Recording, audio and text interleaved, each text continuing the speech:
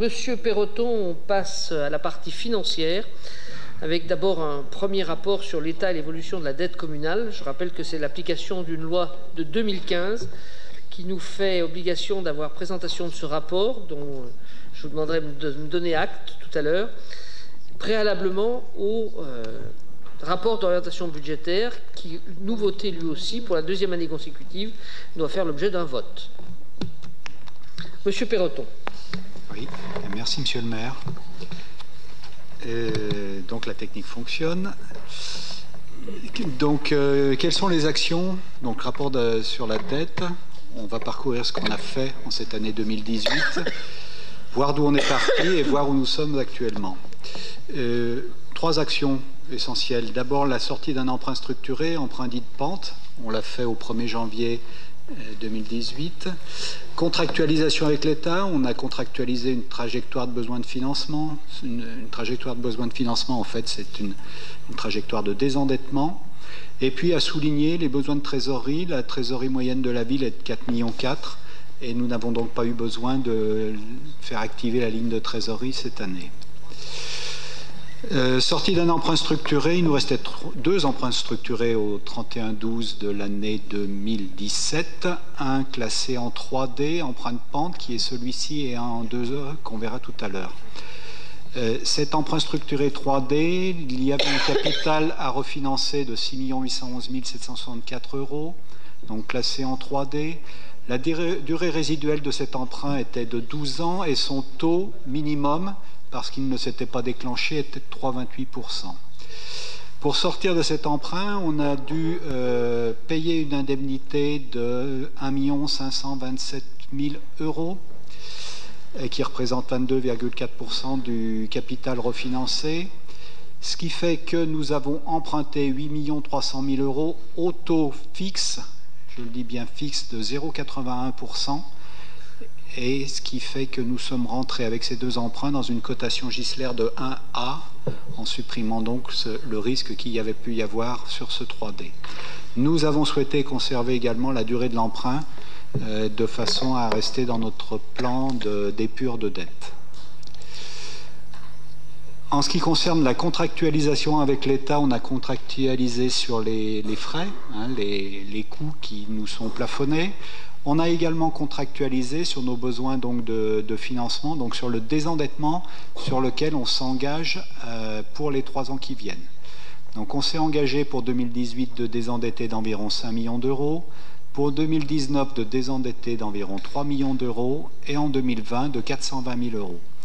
Ce qui, sur ces 3 ans, représente 8 300 000 € de désendettement, ce qui devrait nous amener à fin 2020 à un endettement de 112 900 000 €. Alors cette trajectoire, elle est non contraignante, c'est-à-dire qu'il n'y aura pas de sanctions, qu'on y parvienne ou qu'on fasse mieux, ou qu'on n'y parvienne pas. On l'a signée parce que cette convention correspond aux objectifs que nous nous étions fixés dans les prospectives établies. Donc où en sommes-nous en encours et en annuité de la dette? Vous avez le rappel de 2017, ce qui nous intéresse c'est 2018. La dette nouvelle, nous avons emprunté 3 377 000 €, dont 1 500 000 € pour sortir de notre emprunt structuré. Nous avons remboursé 9 966 000 €, donc nous avons désendetté la ville de 6 500 000 €. L'encours passe donc de 125 millions au 31 décembre 2017 à 119 millions au 31 décembre 2018. C'est une baisse de 4,4%. Si on considère l'encours hors la dette Cassine, nous étions à 121 300 000 €, nous sommes à 114 823 000 €, donc une baisse de 7,8%. Les intérêts, la charge d'intérêt baisse de 460 000 €, passant de 3,8 millions à 3,3 millions, et les annuités baissent de 14 130 000 à 13 337 000, soit une diminution de près de 800 000 €. L'annuité, c'est la somme des remboursements et des intérêts. Donc, qu'est-ce qu'on peut conclure? Un désendettement de 6,5 millions, une diminution de la charge d'intérêt de 12%, une diminution de l'annuité de 5,6%, une dette bancaire par habitant qui est ramenée à 1 869 € par habitant, Je rappelle que nous étions aux alentours de 2050 € de mémoire par habitant. Un petit récapitulatif, notamment des capacités de désendettement. On reprend la dette totale à 119 216 000. Si on prend toute cette dette, actuellement en 2018, notre capacité de désendettement sera de l'ordre de 7,9 ans pour 9,65 l'année dernière. La dette Cassines, si on la retire, puisque ce n'est pas une dette bancaire, mais c'est une dette vis-à-vis de l'agglomération, nous tombons à 114 millions, ce qui fait une capacité de désendettement de 7,6 ans, à comparer à 9,3.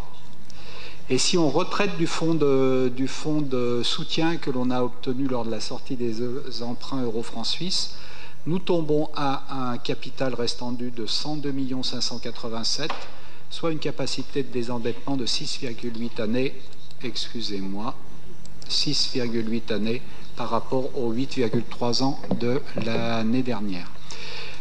Ces retraitements sont des retraitements que la DDFiP fait également. Ce n'est pas une invention de notre part pour faire encore baisser notre dette bancaire. C'est vraiment le retraitement que fait la DDFiP. Un petit rappel sur Cassines. Les 4 542 000 € que nous devons à Grand Chambéry sont liés aux acquisitions du parking Cassines et des accessoires. C'est des délibérations qu'on a faites en juillet 2017 et pour l'agglo en juillet également 2017. L'acte de cession avait été signé le 24 novembre 2017. L'agglo nous a donc accordé un délai de paiement sur 30 ans, de 2017 à 2046, avec les premières annuités 50 000 € en 2017, 100 000 € en 2018 et 2019. Et après, nous partons sur une annuité stable à 158 900 € jusqu'au terme de 2046.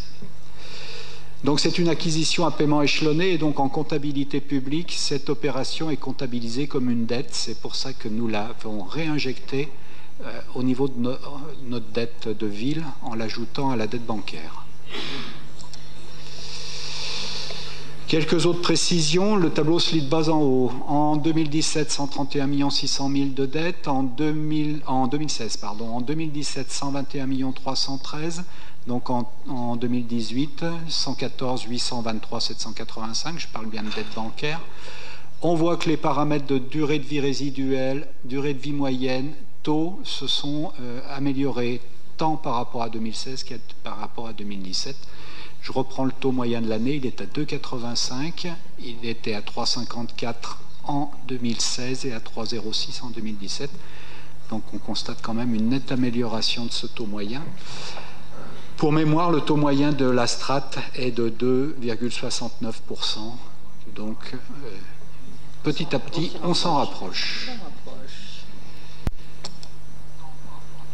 Alors la structure de la dette, on doit en parler effectivement. La dette, c'est soit des taux fixes, des taux variables et des emprunts structurés.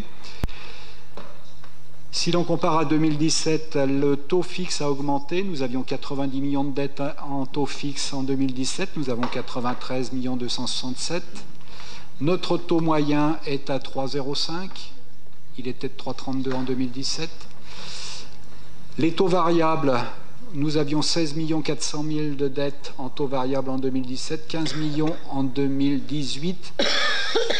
On n'a pas pris de nouveaux emprunts à taux variable, donc elle décroît naturellement et le taux est à 1,06. On voit que c'est quand même un taux particulièrement bien placé. La variation, elle est liée à la variation des taux bancaires au cours de l'année 2018.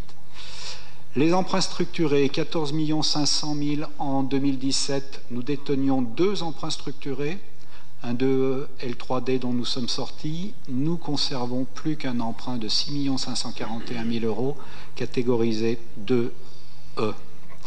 Et donc le taux moyen passe à 4,11%. Ça reste effectivement, Philippe, je t'entends, assez conséquent par rapport aux taux qui peuvent être pratiqués actuellement. L'encours, donc, 114 823 000 au taux de 2,85. Je redis, ça s'améliore. Il y a encore matière à faire un peu mieux. Alors, ce dernier taux structuré est 2E. Il nous reste donc 6 541 000, 4,05. Il est basé sur l'inflation européenne. On sait que l'inflation européenne a eu tendance à monter ces dernières années. Elle doit atteindre actuellement 2%, Michel, à peu près. L'emprunt se déclencherait si on était à moins 1%, c'est-à-dire qu'on serait en déflation. Ça nous laisse 3 points d'inflation de potentiel. Pour l'instant, chaque année, on demande à la Société Générale qui détient cet emprunt de nous faire des propositions de sortie. Cette année encore, elle n'était pas intéressante pour la ville, ça ne faisait pas de source d'économie significative. Donc on a choisi de le conserver et cette année, au mois de mai-juin, on recommencera une consultation de la Société Générale pour voir si les choses s'améliorent.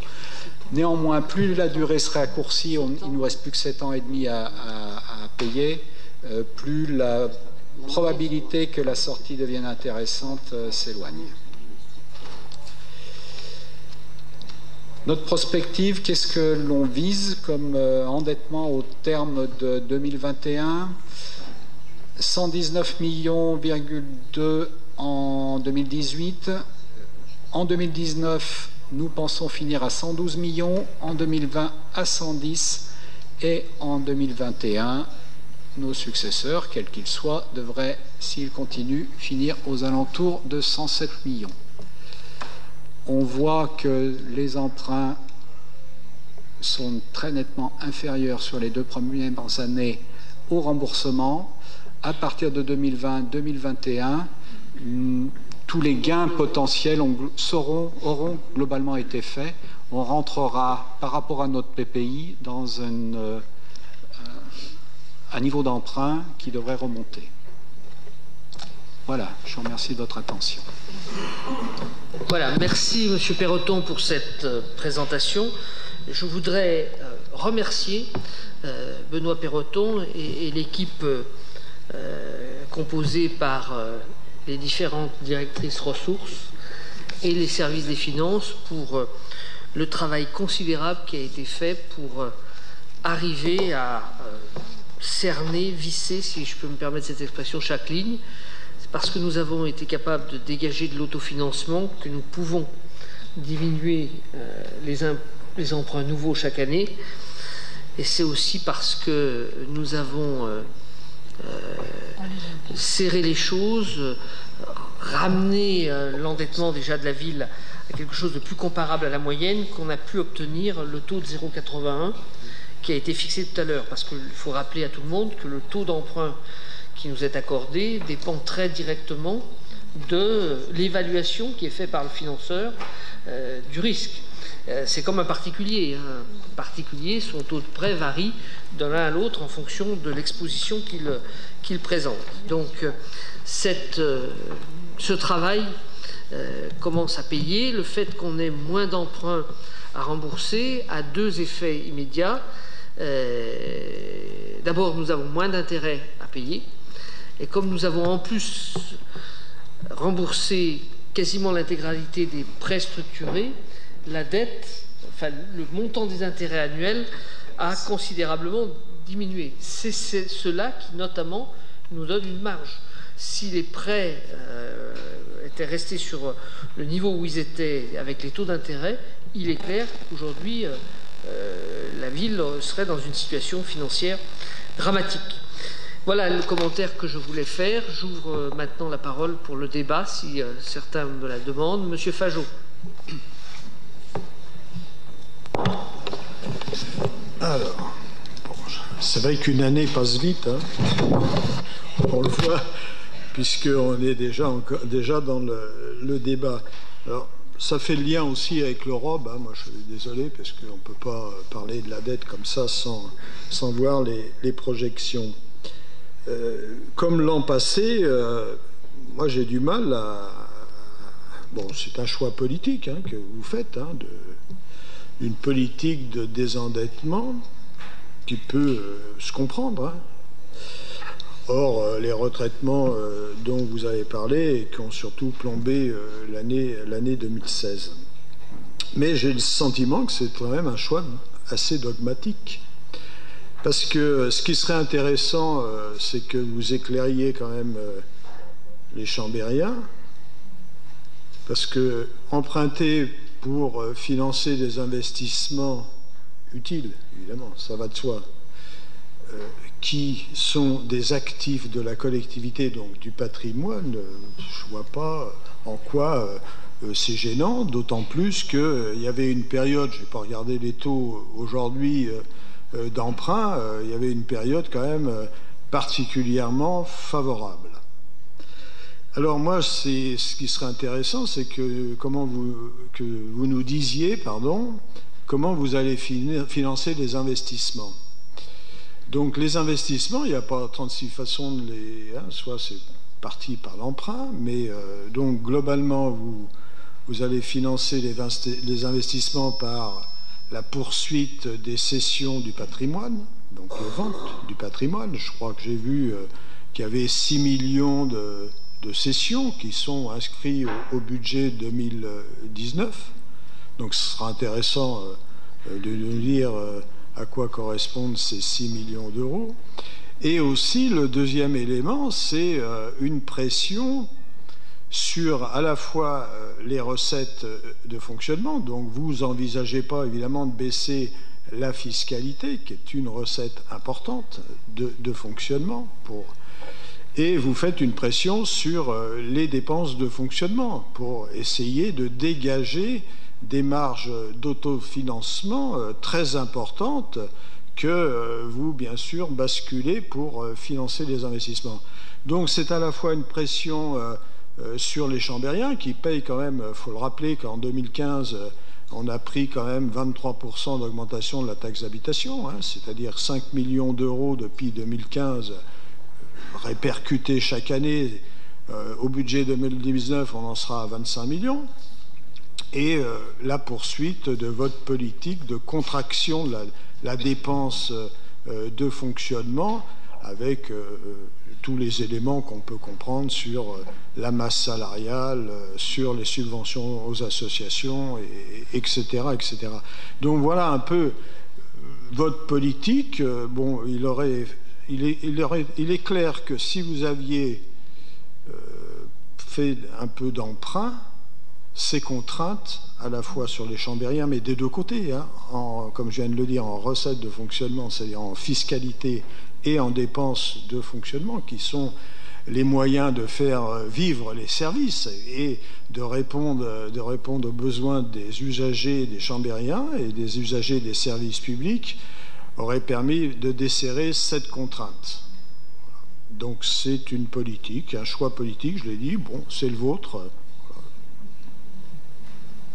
Merci. Y a-t-il d'autres demandes de parole? Je n'en vois pas. Monsieur Perroton. Oui, comme vous l'avez dit, Monsieur Fajot, vous avez abordé les thèmes qui sont traités dans le ROB. J'allais vous proposer de dérouler le ROB et puis de reprendre vos questions à ce moment-là, qui pourront éventuellement être complétées par d'autres. Parce que vous avez vraiment touché à ce que, tant aux recettes de fonctionnement qu'aux dépenses de fonctionnement, à la fiscalité. Donc c'est plus dans le sujet du ROB que de la dette. Par contre, il faudrait qu'on vote. Oui. Non, on n'a pas voté. On n'a pas voté. Monsieur Fajot, je crois que effectivement, Benoît Perroton vient de dire qu'on va largement réinvoquer ces questions dans le rapport d'orientation budgétaire. Vous avez utilisé le mot dogmatisme. Je ne sais pas si on va recevoir de votre part des leçons de dogmatisme, mais ce dont je suis certain, c'est que la ville ne pouvait pas continuer sur la pente de l'endettement où elle était. Et tous les indicateurs, toutes les expertises extérieures, y compris les rapports de la Chambre régionale des comptes, nous l'indiquent. Nous avons, je le redis, parce qu'on a maîtrisé l'emprunt, fait diminuer la ligne d'intérêt de plus de 500 000 euros. 1,5 million par an. Dans un budget qui fait environ 85 millions, c'est une marge de manœuvre sur le fonctionnement. Et si on n'avait pas diminué ce que l'on rembourse chaque année aux banques en fonctionnement, je ne sais pas comment on pourrait arriver aujourd'hui à boucler le budget. Évidemment, pour arriver à emprunter moins, il faut qu'ensemble, on fasse des choix de gestion qui sont des choix rigoureux et qu'on fasse des renoncements. Nous avons réussi à dégager une marge d'autofinancement parce que nous avons fait des choix de renoncement à certains moments et des choix d'action à d'autres. Je conçois tout à fait que nous n'ayons pas la même philosophie sur le sujet et je ne vous en tiens absolument pas rigueur. Je crois que c'est effectivement un choix, une différence de choix qui est assez fondamentale entre nos familles politiques. J'assume ce qu'est le choix de l'équipe majoritaire et je pense que la ville, dans la durée, se trouvera bien mieux portante parce qu'on aura moins emprunté. On voit bien que notre ville se transforme pour autant, elle se transforme avec des concours extérieurs. Le premier des concours, c'est celui de l'agglomération, avec lesquels les choses fonctionnent en parfaite symbiose. Je le dis devant Xavier Dulin. Nous avons aussi des concours financiers extérieurs qui arrivent. Je pense à ce qui s'est passé pour Cœur de Ville. Je pense au soutien que la région nous apporte pour la rénovation de Malraux, pour la construction de la piscine, pour Centre Nord avec le département ou pour le département et la région sur le stade. On vient d'obtenir notification il y a quelques jours du FISAC. Voilà, je crois que ce travail d'aller chercher de l'argent à l'extérieur, c'est le travail de tout élu qui a toujours été conduit à Chambéry. Suivant les périodes, la pêche a été plus ou moins miraculeuse, j'en conviens. Aujourd'hui, nous avons plusieurs gros dossiers sur lesquels les partenaires nous suivent. C'est heureux pour l'intérêt financier des Chambériens. Sur la question de la pression, et notamment la pression fiscale, je rappelle qu'effectivement, nous avons dû faire face à la situation. On m'a suffisamment reproché d'avoir été alarmiste. Je pense que si nous n'avions pas pris collectivement les décisions que nous avons prises, la situation de la ville d'aujourd'hui serait extrêmement complexe. Personne dans les milieux financiers n'ose affirmer qu'on ne va pas vers une remontée des taux. Cette remontée des taux, elle va être dramatique pour l'État. Dramatique pour l'État. L'État va être obligé de supprimer un certain nombre d'actions, un certain nombre de financements pour faire face au remboursement des emprunts. Je rappelle que la charge de la dette, c'est déjà le premier poste du budget de l'État. Par conséquent, les collectivités locales vont se retrouver à nouveau en première ligne. Et nous-mêmes, si nous n'avions pas limité la part de taux variables en contractualisant beaucoup de taux fixes au moment où les taux étaient très bas, nous serions fragilisés. Vous avez vu vous-même la différence entre les taux fixes, ça a été montré dans le transparent qu'a fait voir Benoît Perroton il y a quelques instants, et puis le taux du prêt encore déstructuré. On est dans un rapport de 1 à 4 et de 1 à 2. Ma foi, pourvu que ça dure. Pourvu que ça dure. Tant qu'on pourra avoir la confiance des banquiers et obtenir des prêts à taux très bas, y compris des banquiers qui viennent nous proposer des taux qui sont pratiquement nuls parce qu'ils sont sûrs d'être remboursés, je pense que sans ça, on n'arriverait pas à construire la ville que les Chambériens attendent. Voilà. S'il n'y a pas d'autres demandes de parole, je vous propose donc de me donner acte de cette communication.